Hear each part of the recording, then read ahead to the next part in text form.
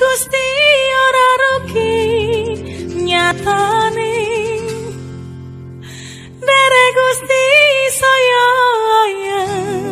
atine, mulane Gusti Yesus tak puji ing selawase.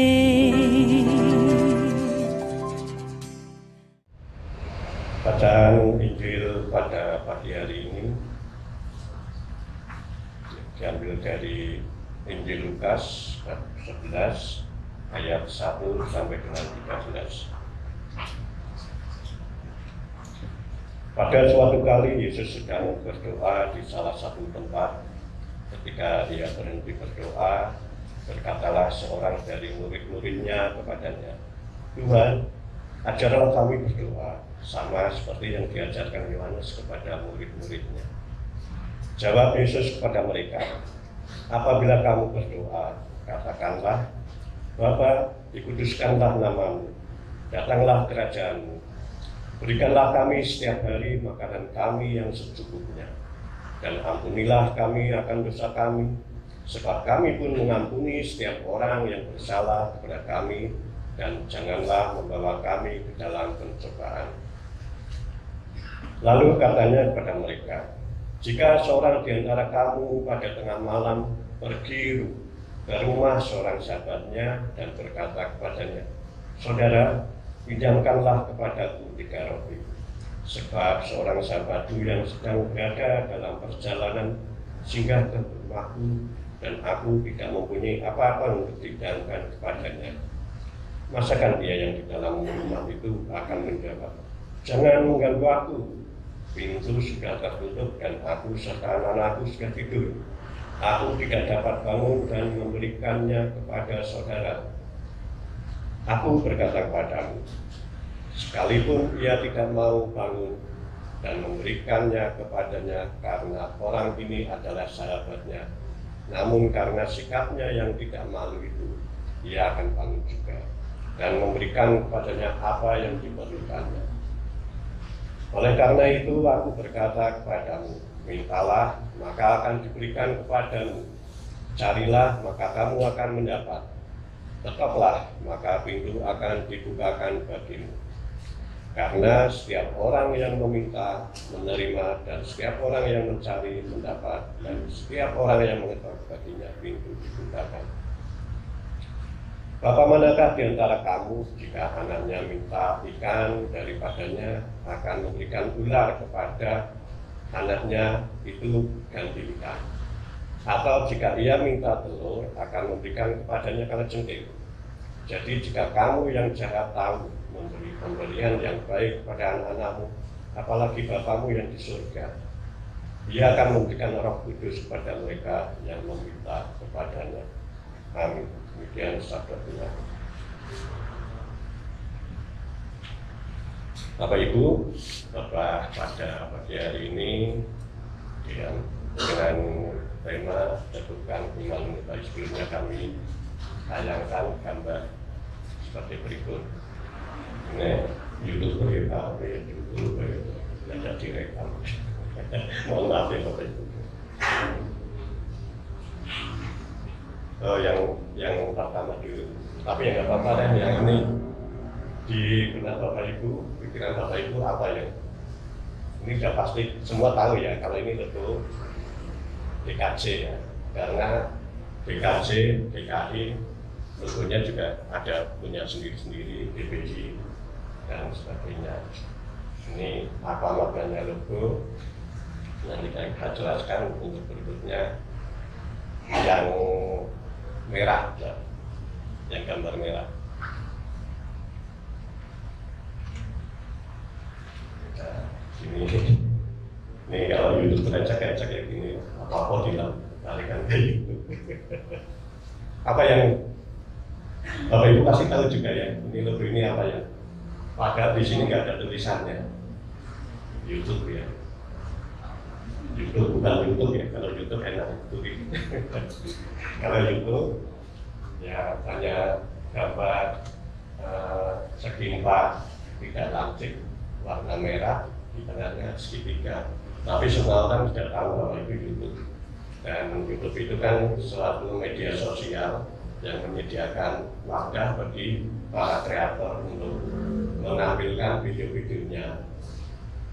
Padahal namanya YouTube, isinya video. Kalau YouTube kan tabung, seharusnya isinya tabung LPG, tabung. Tapi isinya video-video.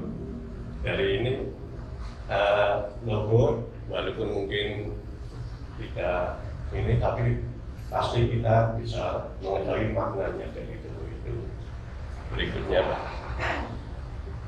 Nah, ini siapa yang belum subscribe? Gratis. Kalau subscribe nanti kalau dapat gaji kita makan mie ya. Mie ayamnya sudah ada logonya belum? Jadi ya Bapak Ibu, di sini logo itu sangat berarti Bapak Ibu. Baik perusahaan maupun perkumpulan, gereja juga membutuhkan logo. Seperti GKJ itu kan membutuhkan logo. Karena dalam logo ini tersirat visi dan misi dari perusahaan tersebut. Jadi ya begitulah, logo itu memang sangat penting. Penting nggak penting, setiap perusahaan boleh dikatakan mempunyai logo. Bahkan untuk membuat logo aja itu membutuhkan biaya yang begitu besar.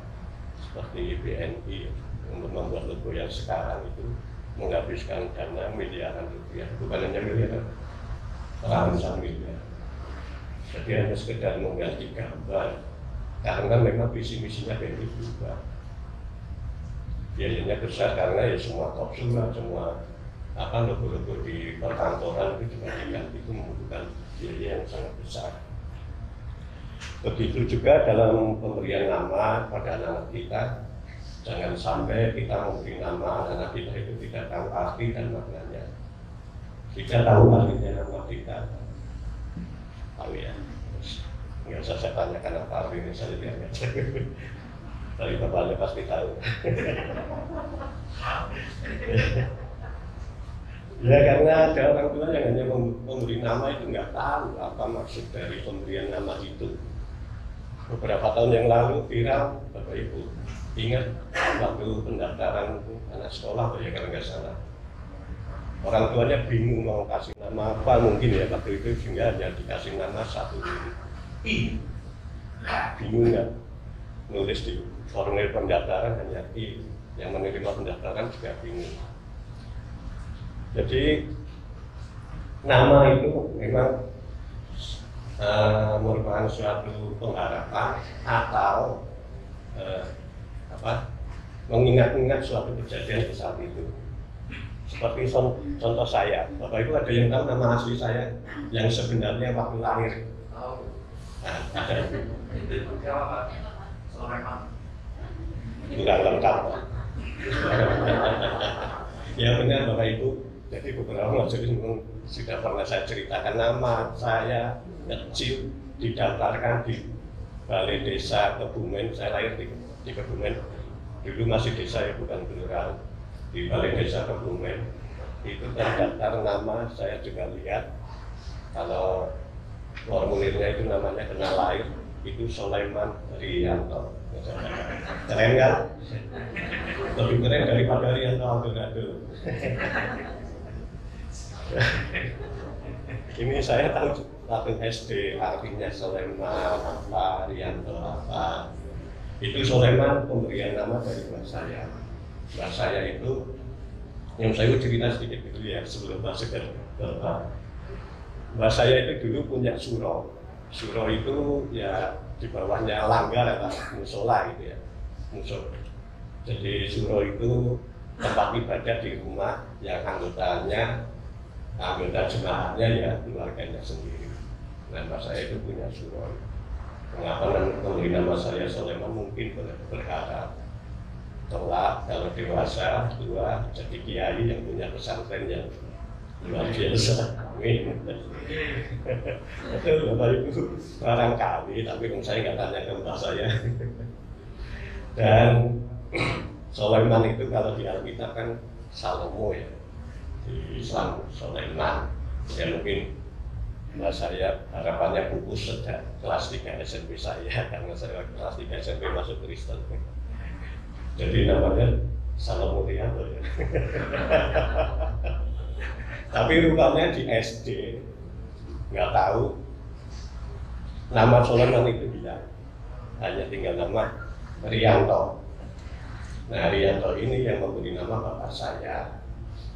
Jadi kalau Soleman punya harapan, kalau Rianto itu ada sejarahnya, historisnya.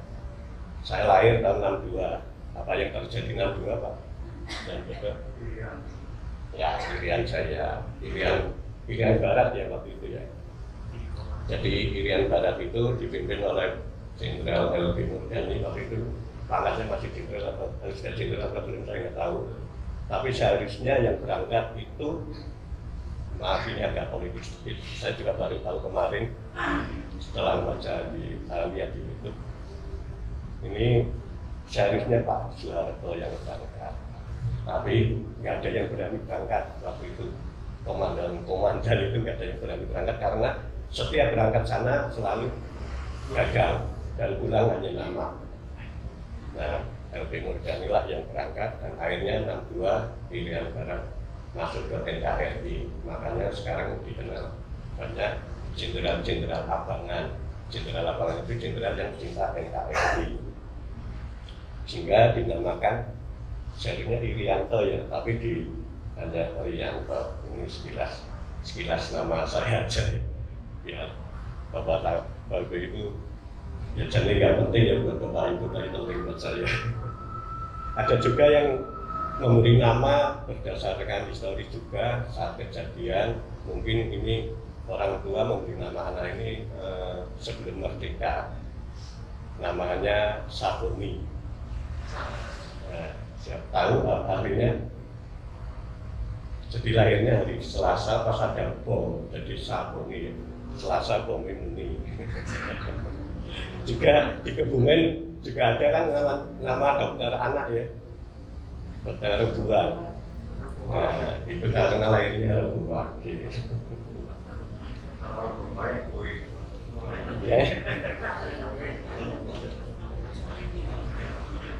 Kalau Mardiman nggak tahu ini. Maaf ya kalau ada nama-nama yang tersebut di sini. Ya, tapi kayaknya nggak ada yang aman. Aman Pak kita. Jadi Bapak Ibu yang terkasih dalam Tuhan Yesus Kristus, memang nama itu sebuah harapan. Ada seorang bapak memberi nama Teguh Prakosa. Di sini nggak ada namanya Pak Teguh, udah pindah ke BKJ. Pak Teguh kan sekarang di Jogja. Kalau yang di sini apa ada nama Pak Teguh? Kalau ada nama, mohon maaf. Mas Koko ya. Jadi ini di sini dicontohkan Teguh Prakosa. Ini mohon maaf kalau ada nama yang sama, hanya kebetulan saja. Jadi nama tersebut seorang di sini dikatakan di beberapa channel itu disebutkan bapak, tapi menurut saya orang tua lah ya. Kan nggak mungkin bapak melahirkan anak, yang melahirkan kan ibu. Jadi di sini orang tua itu mempunyai harapan dengan memberi nama Teguh Prakosa. Pak Syukur juga pasti punya harapan memberi nama Iwan TV apa ya? Iwan.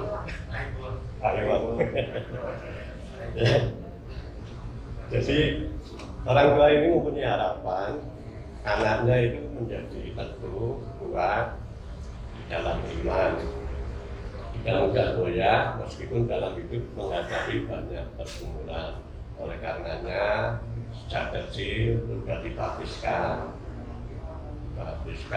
kemudian disuruh ya diajari aktif dalam pelayanan, aktif di sekolah minggu, dewasa aktif di remaja, bahkan mungkin aktif juga di pelayanan sound leader, musik maupun LCD ya. Itu LCD kalau nggak ada LCD kita juga bingung ya. Itu pelayanan yang sangat dibutuhkan untuk periode sekarang. Jadi Itulah yang diharapkan oleh bapaknya dan diajarkan sejak anak dibaptiskan. Jadi setelah baptis kita nggak boleh berkelompok lah, katakan gitu. Tetap harus menuntun anak kita supaya tetap teguh dalam iman. Sehingga setelah dewasa juga si teguh ini mengaku percaya, pengakuan percayanya dalam Siti ya.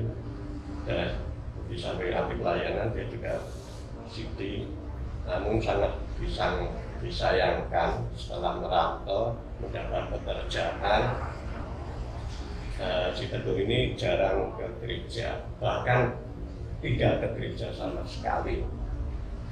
Nah bapaknya kalau dulu mungkin nggak bisa memantau ya, nggak ada HP. Kalau sekarang kan ada HP bisa video call. Nah bapaknya video call sama Teguh ini. Bapaknya mengingatkan supaya Teguh ini nggak sombong, rajin ke gereja, tetap pelayanan dan selalu takut akan Tuhan. Tapi jawaban si anak ini membuat hati orang tuanya sangat kecewa, sangat terenyuh, gitu ya, karena dijawabnya untuk apa ke gereja, untuk apa beriman pada Tuhan. Ya, tanpa Tuhan saja hidup saya sudah sukses.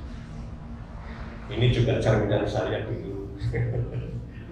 Saya dulu waktu sebelum menikah itu gadang terus. Waktu ditanya sama ibu saya, mama ya, saya namanya mama saya, itu saya jawabnya juga sama. Saya dolan kemanapun, gadang apapun, yang penting saya tidak akan merusak nama baik orang tua. Ini terus terang saya alami, dan itu sekali sampai sekarang. Jadi cerita itu bagi orang tua ini harapannya sampai itu, sehingga ya bagaimana lagi orang tua sudah mendidik sampai tua pun ternyata belum berhasil, dan namanya mendidik anak-anak itu terlupanya itu tidak selesai hanya sampai di sini.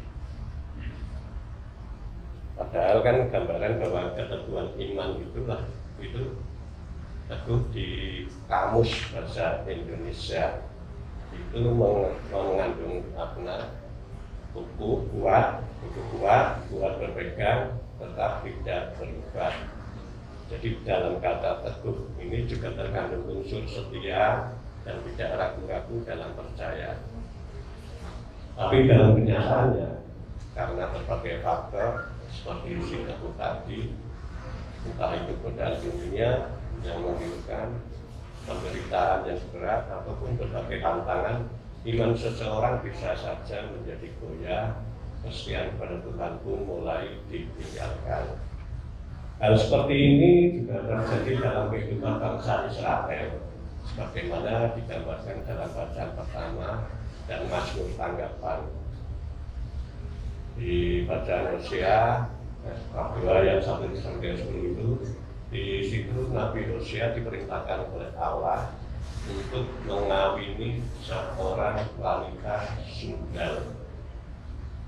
Bisa kita bayangkan kalau hari ini kita dijodohkan orang tua, kita tahu, mungkin orang tua nggak tahu, dijodohkan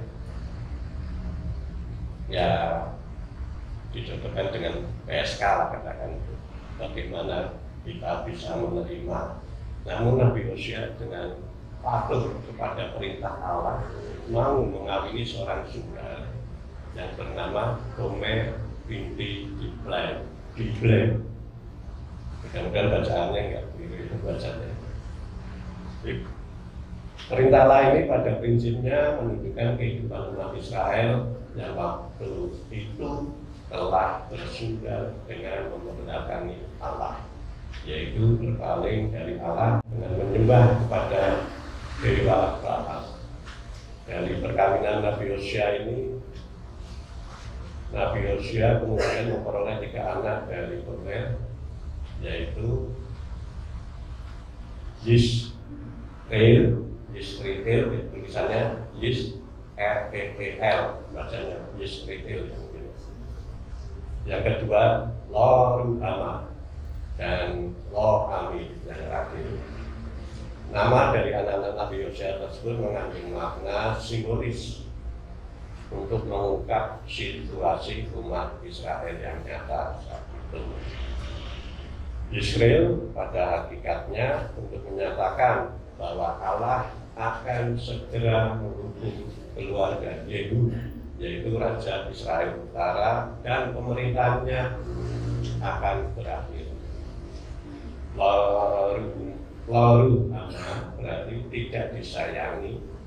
Nama ini menunjukkan bahwa umat Israel tidak lagi disayangi dan diampuni oleh Allah. Kemudian Lo Ami itu untuk menunjukkan bahwa umat Israel ini tidak lagi berstatus sebagai umat Allah, dan Allah telah menolak mereka untuk menjadi umatnya. Dengan melakukan perintah Allah tersebut, Nabi Hosea bersedia mempertaruhkan reputasi dirinya sebagai seorang nabi dan rela mengorbankan masa depannya. Namun di balik pengorbanan diri dari Nabi Hosea tersebut, sesungguhnya Allah juga mau menyatakan bahwa Dia Allah yang tetap mengasihi dan setia kepada umatnya. Kasih Allah senantiasa memiliki lingkup yang besar daripada kesalahan dan dosa umatnya, sehingga Allah akan menyayangi kembali Lo Ruhama dan menyayangi lagi Lo Ami. Allah juga tetap mampu menyayangi umat Israel yang sebenarnya tidak layak lagi disebut sebagai umatnya melalui nama Lo Ami. Itu artinya Allah masih memberikan kesempatan kepada umatnya untuk kembali hidup dan merasakan kasih Allah, kasih setia Allah, hidup dalam anugerah Allah, hidup yang diberikan. Kesempatan dan anugerah yang luar biasa ini seharusnya tidak mereka sia-siakan. Sebaliknya mendorong mereka untuk selanjutnya hidup sebagai umat Allah yang teguh di dalam iman. Allah mau mengampuni, penuh kasih, seperti jemaat di Serwong ini juga sudah di jalurnya Allah penuh kasih, sangat welcome dan menerima bagi yang berdosa dan mau bertobat. Sebagaimana di beberapa waktu yang lalu kita menerima pertobatan, itu sungguh luar biasa Bapak Ibu, sulit untuk dilakukan bagi manusia yang belum benar-benar menghayati ajaran kasih. Tapi di sini semangatnya melalui Pak Pendeta, majelis, semuanya sudah dalam satu jalur blok. Lecture Pak dan Yusni yang sudah biasa. Dan semoga domba-domba yang sudah kembali itu tetap teguh dalam Kristus. Amin Bapak Ibu. Ya. Jadi Bapak Ibu saudara yang terkasih, kehidupan umat Israel waktu itu bisa jadi gambaran kehidupan kita saat ini. Kehidupan yang tidak teguh dalam iman dan meninggalkan kesetiaan kepada Tuhan. Apa penyebabnya? Biasanya karena kita meragukan kasih dan kuasa Tuhan. Ketika doa-doa lama belum dikabulkan, orang menjadi ragu-ragu dan tidak sabar, lalu mencari pertolongan lain di luar Tuhan. Bahkan ketika keinginan dan harapan tidak terwujud, orang lalu berpikir bahwa Tuhan tidak lagi mengasihi. Tuhan Yesus melalui Injil Lukas 11 ayat 1-13 tadi mengajarkan kepada para murid agar teguh di dalam iman. Karena Tuhan Allah sungguh-sungguh Allah yang Maha Kasih dan bisa diandalkan. Berawal dari permintaan para murid, Tuhan ajarlah kami berdoa. Maka Yesus pun mengajarkan doa yang kita kenal dengan doa Bapa kami. Di dalam doa tersebut Allah dinyatakan sebagai seorang Bapa yang itu mengasihi dan peduli kepada anak-anaknya. Kasih dan kepedulian Bapa ini digambarkan dengan perumpamaan yang sederhana tentang seorang sahabat yang datang minta tolong di malam hari kepada sahabat. Seorang sahabat minta tolong pada sahabatnya, si Adam, si Bilan. Sementara si pemilik rumah, tuan rumah sudah mau tidur, anak-anaknya sudah tidur. Dini hari lah, sekitar jam 2 pas ini, pagi. Selesai ngumpet mau tidur, terus diduga itu rasanya ngumpet gitu. Tapi karena yang meminta ini sahabat, maka walaupun dengan gerumbel, si sahabat ini tetap mau membukakan pintu.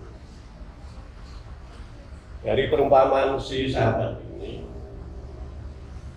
diberikan bukan untuk menunjukkan bahwa Bapa di surga sering terganggu dengan permintaan kita dan kadang terpaksa mengabulkan doa kita, itu bukan. Perumpamaan ini justru mengajak kita untuk melihat bahwa jika manusia yang jahat saja bisa memberikan pertolongan jika ada teman yang memerlukan, apalagi Bapa di surga yang Maha Kasih. Dia tentu tidak akan menutup mata dan mengabaikan begitu saja permohonan yang kita naikkan kepadanya. Selanjutnya di Lukas 11 ayat 11 Tuhan Yesus berkata, Bapa manakah di antara kamu jika anaknya minta ikan, daripadanya akan memberikan ular kepada anaknya itu kan ganti ikan, atau jika ia minta telur akan memberikan padanya kalajengking. Jadi jika kamu yang jahat tahu memberi pemberian yang baik pada anak-anakmu, apalagi Bapamu yang di surga, Dia akan memberikan Roh Kudus kepada mereka yang meminta kepadanya. Gambaran Allah sebagai Bapa yang disaksikan oleh Tuhan Yesus adalah pribadi ilahi yang aktif, peduli dan penuh kasih, serta tahu memberikan yang terbaik kepada manusia yang meminta kepadanya. Allah tidak mungkin memberikan yang buruk dan mencelakakan anak-anaknya, walaupun anak-anaknya itu sering berpaling dan memberontak kepadanya. Apa yang disampaikan oleh Tuhan Yesus itu seharusnya semakin menentukan iman para murid, sehingga mereka tidak meragukan kasih setia Tuhan. Sebaliknya semakin percaya dan setia dalam beriman. Bagaimana dengan kita? Dalam kehidupan kita sebagai orang percaya, kita memang mengalami bahwa tidak semua harapan terwujud sesuai keinginan kita.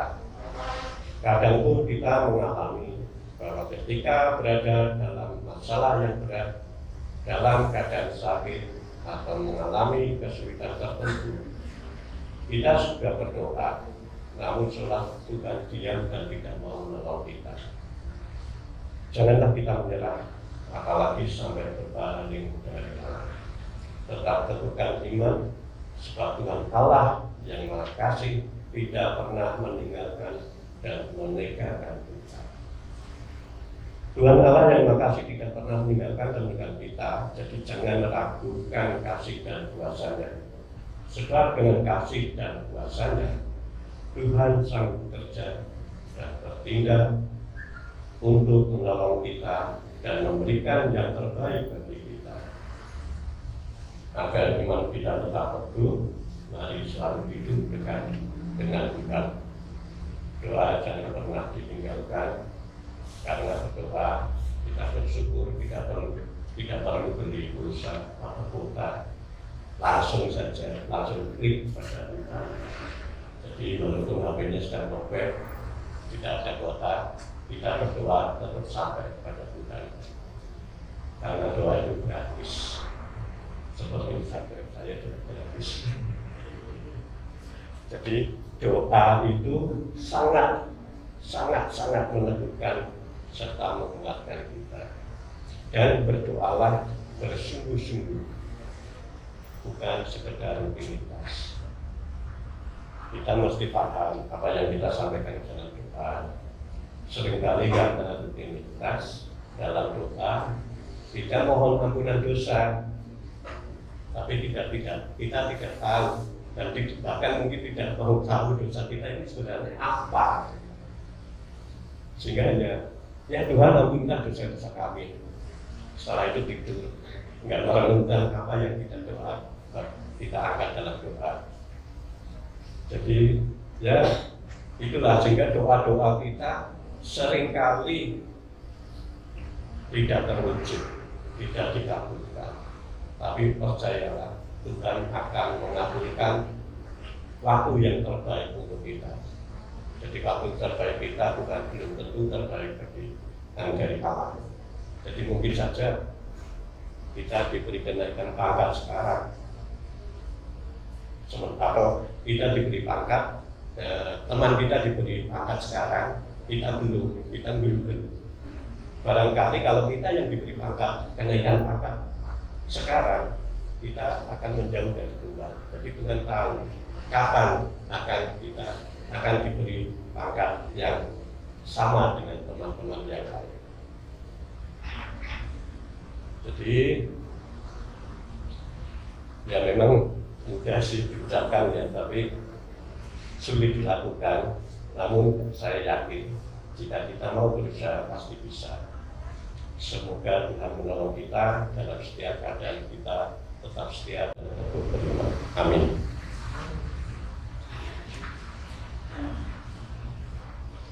Hening sebentar.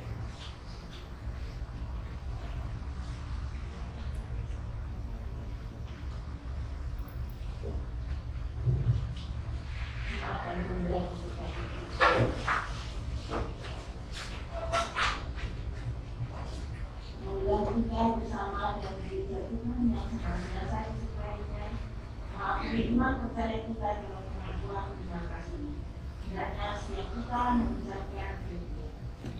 Aku percaya pada Allah Bapa yang Maha Kuasa, Khalik yang bumi, dan kepada Yesus Kristus Anak yang tunggal Tuhan kita, yang dikandung dari Roh Kudus, lahir dari anak Maria, yang menderita di bawah pemerintahan Pontius Pilatus, disalibkan, mati dan dikuburkan, turun ke dalam kerajaan maut. Percaya yang tinggal dalam tunggal dari antara orang mati, naik ke surga, duduk di sebelah kanan Allah Bapa yang Maha Kuasa. Akan datang dari sana untuk mengulangi orang yang hidup dan yang mati. Aku percaya pada Roh Kudus, gereja yang kudus dan am, persekutuan Orang Kudus, pengampunan dosa, dan bangkit dari dan hidup yang kekal.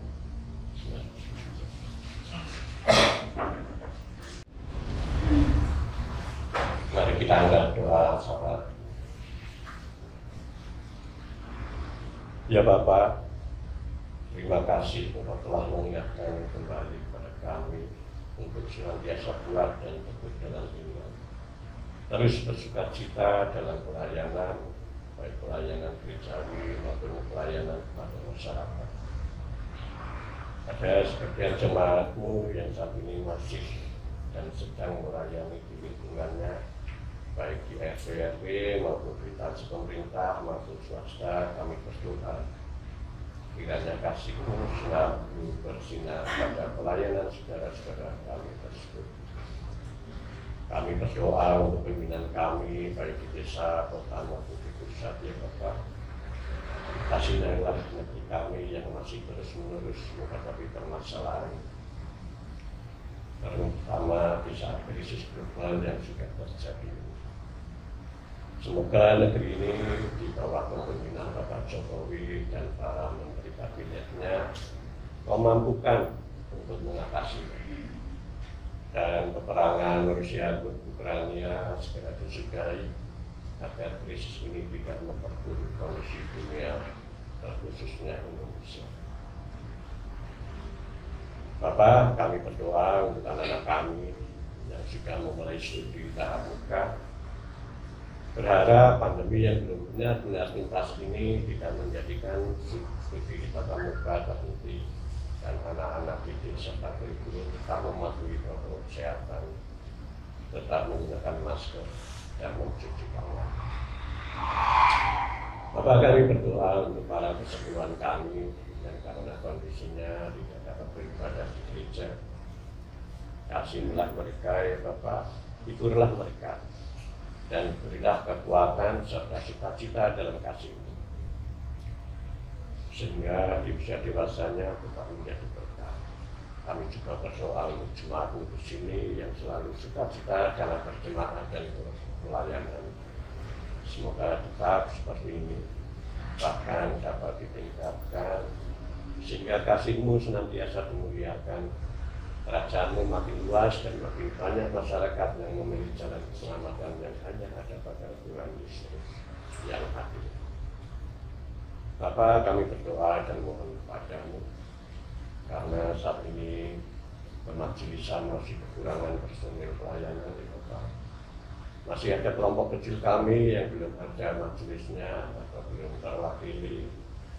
Penuhilah ya Bapak melalui penjaringan majelis ini. Kami juga berdoa dan memohon kepadamu Bapak. Kami rindu beribadah di gedung gereja yang lebih luas, lebih nyaman, dan di mana saat ini panitia renovasi dan majelis terus bahu-membahu kerja keras mewujudkan itu. Semua itu karena kasih-Mu yang menyertainya, sehingga sedikit demi sedikit bangunan ini mulai bertumbuh. Kami tetap menyandarkan kepada kasih-Mu untuk mencukupkan pendanaannya, dan tangan kasih-Mu tidak akan tinggal diam untuk mencukupinya melalui kuasa-Mu. Kami sangat berharap ya Bapak, Natal nanti new gereja ini sudah dapat kami pakai untuk menyambut dan memperingati hari kelahiran Tuhan Yesus Kristus 2022 tahun yang lalu. Sungguh mulia kasih-Mu ya Bapak. Bapak di surga, seringkali kami berbuat dosa, seringkali melupakan, seringkali kami berbohong, seringkali kami mengandalkan kekuatan kami semata. Semua itu banyak yang kami lakukan dengan kesadaran, bahkan dengan kesombongan. Tapi kami sebenarnya lemah untuk ini ya Bapak. Ampunilah kami, dan janganlah Kau lepaskan tangan-Mu dari kami. Ajarilah kami untuk mampu saling mengasihi sama kami, dan semoga kami Kau mampukan untuk tidak mengundang-undang dosa kami. Sebentar nanti kami akan mundur dari tempat ibadah ini. Bapa, berkatilah perjalanan pulang kami, agar sampai rumah dengan selamat dan penuh sukacita. Karena Engkau yang punya kerajaan, kuasa dan kemuliaan sampai selama-lamanya. Amin. Yesus tak puji ing selawase.